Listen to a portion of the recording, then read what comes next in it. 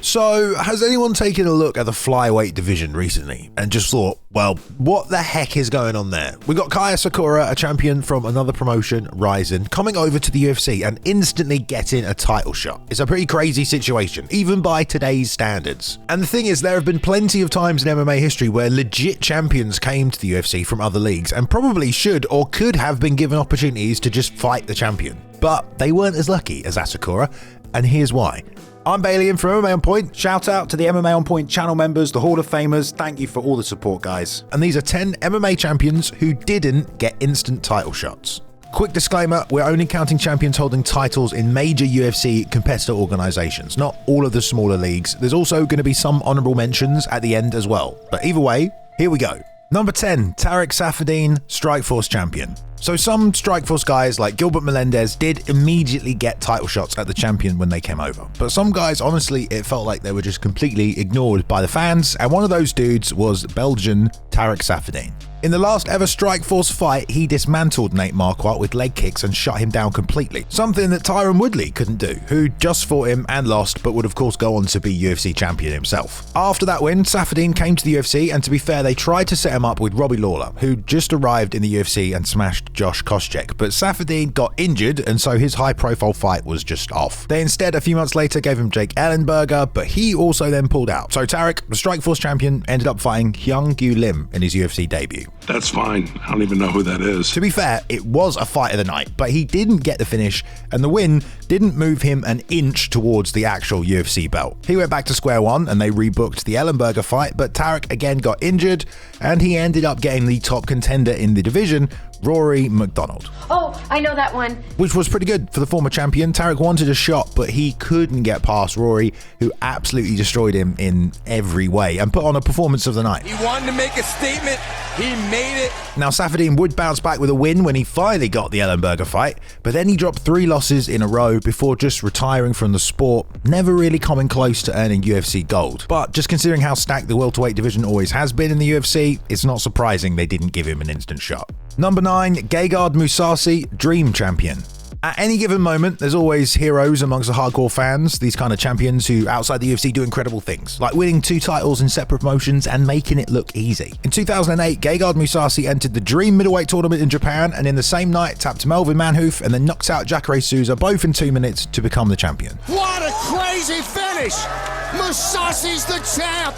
That was obviously impressive, but he followed it up next year by tapping Mark Hunt in the Super Hulk tournament in 1 minute before heading to Strikeforce, and again, in just 1 minute, knocked out Renato Sobral to become the Strikeforce light heavyweight champion. Holy shit. Mousasi just became every hardcore's favourite fighter. Now, before he got the call to the UFC though, he'd end up losing the Strikeforce belt to King Mo after a 5-round decision, and if he kept on to that, then maybe his UFC debut would have gone differently and he might have been given a title shot. By 2013, Gegard was now 33-3, which is a staggering record. And the UFC were going to more places in Europe, and the Dutch fighter seemed to be an even more valuable asset. So what he did get was a title eliminator fight at 205 against Alex Gustafsson to headline a show in Sweden. Great spot for Mousasi to announce himself, but right before the event, Alex pulled out because he got injured. He fought Ilia Latifi instead, and he ended up taking Mousasi to a decision. It definitely wasn't the UFC debut he'd hoped for, and he wasn't going to get a title shot with that win. In fact, he then changed weight classes and lost to Lyoto Machida, and unfortunately for Gegard, couldn't really get a proper win streak going until a few years later. When he did, the 185 belt was already being a hot potato between GSP, Bisping, Whitaker, and feeling like he was just never going to get his shot, and despite being on a 5-fight win streak, he up and left for Bellator and won the belt there instead. I know how I'm going to get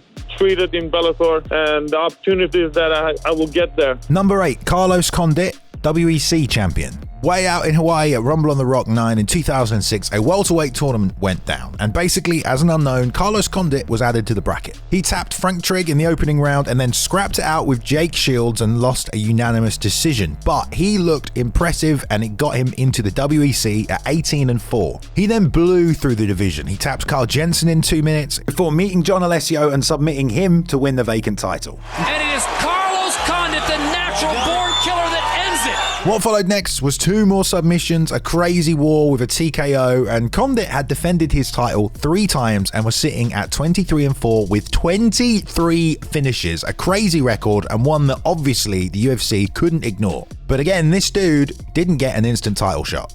Now, honestly, as impressive as the wins had been, the WEC welterweight competition was not the same as the UFC's. In the lighter weight classes at 135 and 145, the WEC had literally the best guys in the world, as that weight class, it wasn't in the UFC yet. But welterweight was definitely pale by comparison. Plus, the UFC champ GSP had just beaten BJ Penn. There were guys like Thiago Alvarez on a 7-fight win streak, just waiting for their chance at George. Condit had a lot of work to do when he came over to the UFC. And it honestly didn't start great. He lost a close split decision to Martin Kampmann. But he went on a seriously epic 5-fight winning streak with the fight of the night wins over Roy McDonald, 2 KOs of the night, and then he claimed interim gold after facing off against Nick Diaz and using some spinning shit. Ultimately, when he got his shot against GSP, he wasn't able to beat him anyway. So even if he did get an instant title shot, he probably wouldn't have won, but he did hurt him with a head kick more than anyone had done to George in the last 5 years. Number 7, Hector Lombard, Bellator middleweight champion. The achievements outside the UFC of Hector Lombard were honestly pretty staggering. 25 wins in a row, 18 knockouts, and he wasn't just doing this in random promotions. By 2009, he'd been brought in as part of the first Bellator middleweight tournament, and you could just watch him dropping guys with every fight. Oh, and it's all over. Decided power edge from Hector Lombard.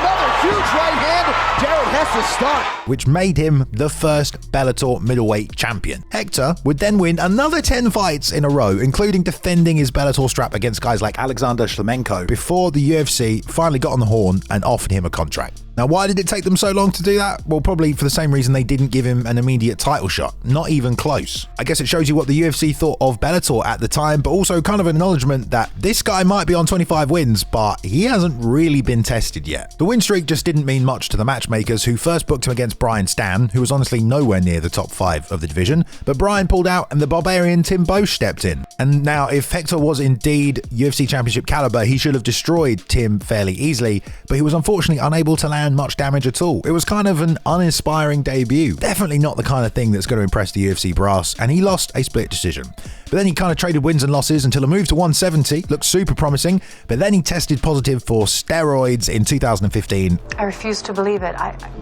refuse. And lost his next 6 fights in a row before being dropped from the UFC, nowhere near challenging for the world title. Number 6, Luke Rockhold, Strikeforce champion. The rise of Luke Rockhold in Strikeforce was really something to see. By 2010, this 6'3" middleweight had 7 wins by finish, mostly by submission, but he was also this crazy powerful southpaw kickboxer, and he gave every middleweight on the roster absolute hell, including Jacare Souza, who he ended up fighting for the middleweight title. The Alligator was unbeaten in Strikeforce, but Luke not only won the decision, but then defended the new belt twice. Gotta protect what really matters to me, right? Honestly, if you ask me now, this guy definitely could have gone straight in against the champ Anderson Silva at the time and competed for the belt. He might have even won it. But Chris Weidman had been streaking towards the top of the UFC, and he was already going to get a title shot at Anderson. So when Luke came over with the Strikeforce acquisition, he didn't get an immediate title shot. And instead, he got the guy who basically ran 2013 in the UFC. TRT Vitor. Fresh off a devastating KO of Mike Bisping, Vitor was booked against Rockhold to see where Luke's place truly was in the division. And in an incredible spinning heel kick knockout, Luke's win streak was shattered, and he'd have to stack up 4 wins afterwards before he got to challenge for the title. Could he have beaten Anderson? Honestly, maybe. But in 2013, no one was beating TRT Vitor. Number 5, Jiri Prochazka, Rizin champion. After losing in the final of the 2015 Rizin Grand Prix to King Mo, it seemed like Jiri might have hit the ceiling on his fighting achievements. We didn't know who he was going into the tournament, but his wins over Ishii and Vadim Nemkov meant he was a shoo-in for the next one. And this time, he looked unstoppable. Blending karate with a truly unique movement set, Jiri kind of just sliced through every single Rizin opponent, racking up 8 devastating knockouts in a row, some of them truly insane. In 2019, he then rematched King Mo and knocked him out this time to win the Rizin title, and then he held on to it until he finally decided to accept the UFC's invitation. And you'd be forgiven to assume he immediately received the title shot, but no, it didn't exactly go like that. For one, Jones was still the light heavyweight champion back then, coming off of his extremely controversial quote-unquote win over Dominic Reyes, and now he was eyeing up some of the Deontay Wilder money at heavyweight. The stuff that he's been through to show up and think he, basically demand $15 million or $20 million or $30 million. It's crazy.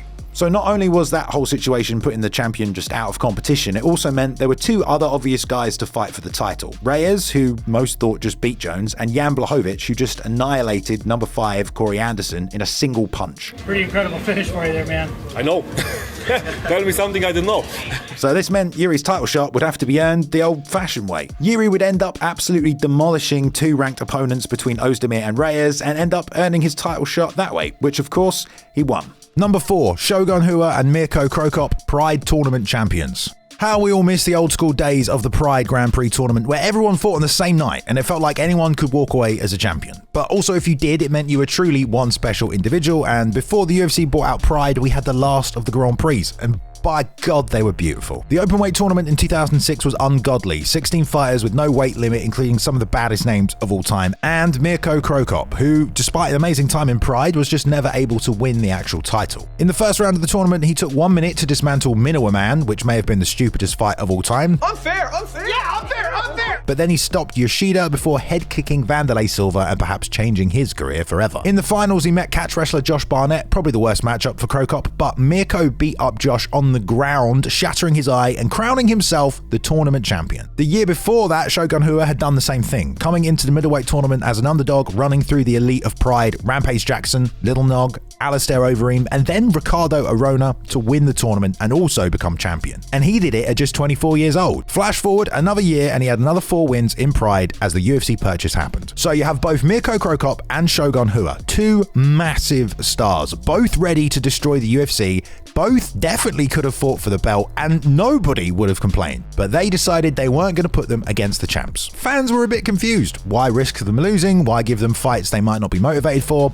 Well, Shogun, instead of fighting Rampage for the title, a guy he'd absolutely mauled only 2 years before, which made it even more confusing, he fought Forrest Griffin and lost. And not only that, he got choked out in round 3. Damn. Of course, Shogun notably had knee surgery 3 days after that fight, which many do blame for the loss. So even if he had fought Rampage then, there's a good reason to think it might not have gone his way either. Of course, Shogun would win gold a couple of years later once all those injuries were behind him. And then Cro Cop blasted Eddie Sanchez in his UFC debut, which was all too easy. But 2 months later, he fought Gonzaga in a title eliminator and got Uno reversed and shadow realmed with a head kick. 2 Pride champions that could have got shots, both dead in the water. Luckily, Shogun bounced back and would actually win the UFC title, which he probably would have done if he fought Rampage in his debut. Cro Cop just never picked up any steam in the UFC and ultimately had more success outside of it. Number 3, Eddie Alvarez, Bellator lightweight champion. The UFC had already gone to Eddie Alvarez earlier on in his Bellator career when Bjorn Rebney had been president. They had made an offer that Rebney matched, and then Alvarez kind of got caught up in a legal battle over his contract. I have a great relationship with Bjorn Rebney and the people here at Bellator, and whatever comes next, comes next. That's when Eddie went back and fought Michael Chandler again in a rematch and won back his title. Now, of course, everyone wanted to see the trilogy fight between them. It had been crazy wars every single time. But when Scott Coker sat down with the Underground King, he understood that Eddie just wanted to move on, and he simply released him entirely. At this point in time, Eddie Alvarez was 25-3. He had only ever lost to the best. He was a world champion, and he was probably the best unsigned lightweight in the world. Now, maybe Eddie could have gotten an immediate title shot, and again, I don't think anyone would have complained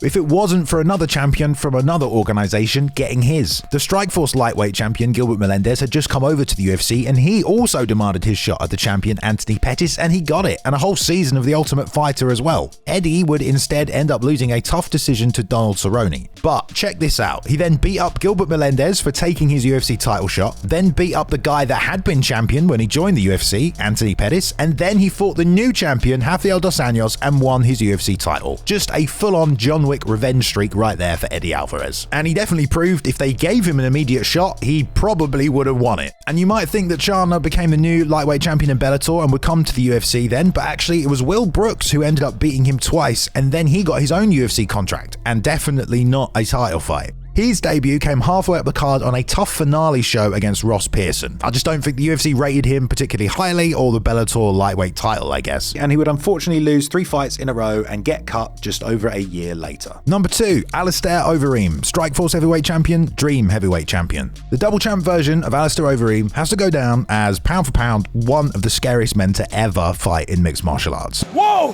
Very fantastic body! Not only was he just enormous, he had years and years worth of experience in MMA and kickboxing, to the point his striking was as ruthless and technical enough to stand with any man on the planet. When the UFC began eyeing up Strikeforce, he was obviously one of the biggest names they were interested in signing, and as it turned out, he'd come over to the UFC before they even made their purchase. After winning in the first round of the heavyweight tournament, the Reem was released from his Strikeforce contract. It was said it was due to his team Golden Glory and an issue with their policies. Actually, it saw several of his teammates let go as well. But Overeem said it was more of a scheduling issue and him still being hurt from the first round of the tournament. Ultimately though, it meant there was only one place he was going to go next, the UFC, and he was still holding 2 heavyweight titles. This was Overeem. The fans would have loved to see him get an immediate title shot against the champion Cain Velasquez. Cain was of course already booked to face Junior Dos Santos for the first time, but the UFC wasn't bothered with making this dream matchup out of the gate because the UFC put on one of the biggest selling non-title pay-per-view fights of all time, Brock Lesnar versus Alistair Overeem. Big meaty man slapping meat.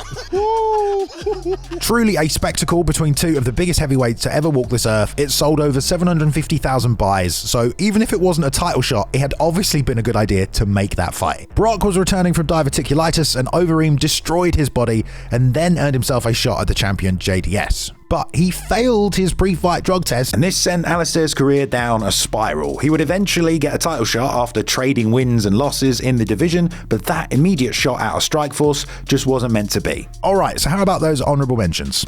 First of all, Nick Diaz, the Strikeforce champion, he was given an instant shot against Georges St. Pierre when he came to the UFC, but of course he didn't show up to a press conference and they just took it away from him. So technically he did get an instant title shot, that's why he's not been put in this top 10. The same thing kind of happened to Anthony Pettis. He was supposed to get an instant shot at the lightweight champion, but Frankie Edgar and Gray Maynard fought to a draw, so Pettis took a fight with Clay Guida and lost, and he had to wait a while to get his UFC shot. Got to give a shout out to tons of WEC champions before 2008 who didn't get title shots.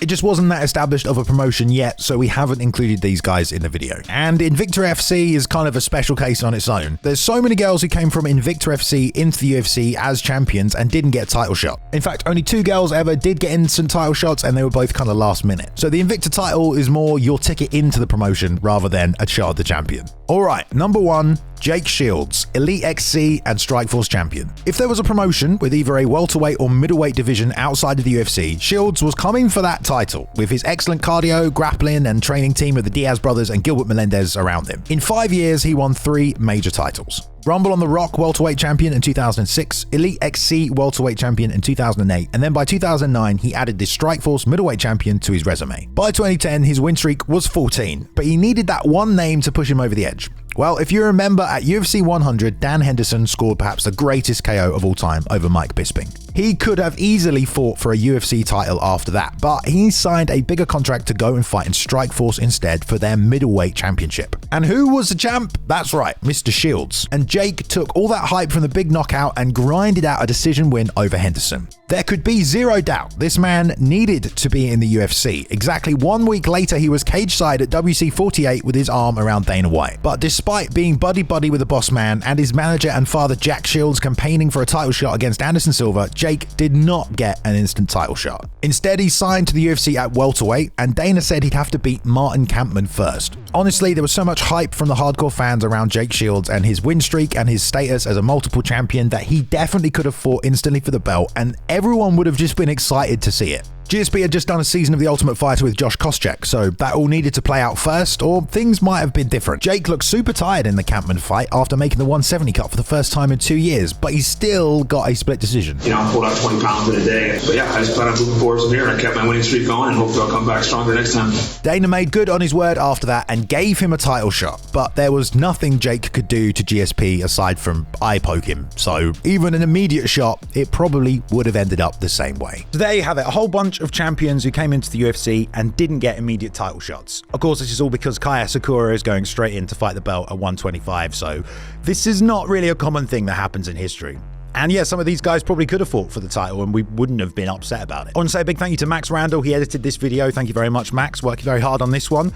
Go check out his social medias right here, or you can check out his new YouTube channel as well, The Combat Arcade. As always, got to say thank you to all you Hall of Famers out there for supporting the channel. These guys go the extra mile. There's a ton of benefits you get from being a Hall of Famer. Click the button down below or the link in the description if you want to know more. Let us know down below as well if there was someone who you thought should have been given an immediate title shot. If you think there's someone else we missed, I think we did a lot of the honorable mentions as well, but do let us know.